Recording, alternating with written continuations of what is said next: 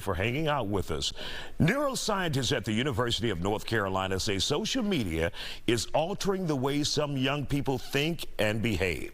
The study shows middle schoolers between 12 and 15 have a distinct trajectory with their sensitivity to social rewards for their behavior. But how do parents keep their children from being hypersensitive, or as some of you would say, super soft? We talk about it now with brain and health coach Lee Richardson with the Brain Performing Center in Dallas.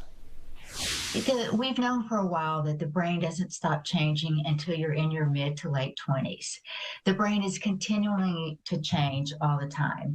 And I think that, the blue light that we get from the computers, that we get from our phone, there's been a lot of speculation on what that does to the brain.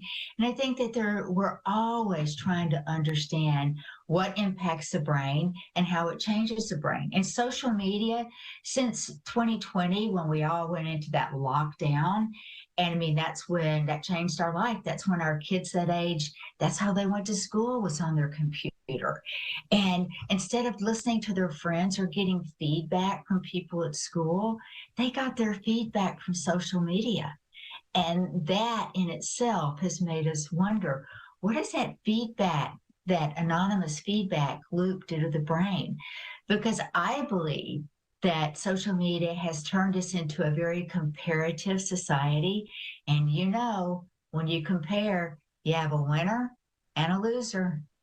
Absolutely. Now, when we talk about the impact on young people's brains, what kind of difference are we seeing from those who spend a lot of time on social media and the kids who don't? The results that they received in this study.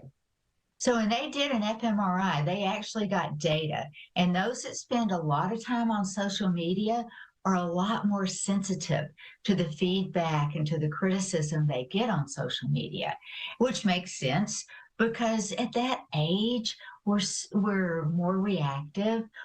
Our brain's not developed enough to kind of think, oh, that was just a joke. No, we take everything personal. And that's just the beauty of being that age. And I think that those that don't spend that time on social media, the study showed that their heightened sensitivity is less.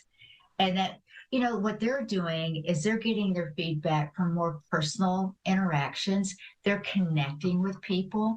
And when you're connecting with someone and you can go back and say, what do you mean by that?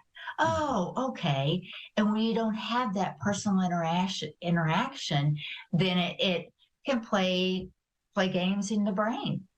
And I would say the younger kids who didn't use social media are essentially old school like us.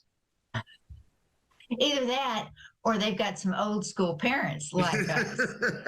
So should parents, though, Lee, be concerned about this? What would be your advice to parents if you hear that a study is saying that social media for young kids is making your kids super sensitive, hypersensitive? I would say it's research and pay attention to it. And it's all about balance. Does that mean that you should take social media away from your kid completely? Probably not. But stop and think about, what behavior are you modeling as a parent? How much time do you spend on looking at your phone, on Facebook, on Instagram, wherever it is you go? So my message to parents would be, think about what you're modeling and try to balance that. Because I've had kids that come into the office at the Brain Performance Center, and they can sit there and they can text like crazy. But when I try to sit down and have a face-to-face conversation with them, it can be a little bit difficult. It's awkward for them. It is. And in my mind, I'm going, so are you going to interview for a job on social media? Are you going to, because it's, for a period of time, it was a very main connection line.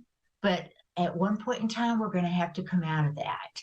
And we're going to have to get back to where, and organizations, companies are doing that. They're pulling their people back in because they're seeing what's missing. And it's very, very different to have a real conversation with somebody than it is to have a 3-line text. Give me an example of what parents can do if their child is going to be on social media, not nonstop. I would assume you would say limit the social media, but how do you make sure they don't come out the next generation of super sensitive Americans or wherever you are in the world? What can you do to make sure they're not the next super sensitive generation? I think what you do is you get on social media with them and you talk about, wow, you know, her dress looked really pretty and that last picture of you didn't look as good. How does that make you feel? Ask the questions and say, you know what? It's a picture. It's a snapshot in time. And it, whether it's a dress or a car or how you performed in a sporting event, there's always someone that's going to have a moment that's just a little bit better than yours. So as a parent, share that and say, but remember when? Remember you when you were the rock star? Remember when? Put balance into it and talk about it with them.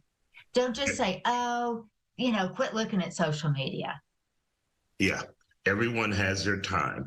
Well, Lee, always good talking to you. And for those who would like to find out more about you and where can they find you on social media? The best. They can find the Brain Performance Center on Facebook, on Instagram. They've got a great website.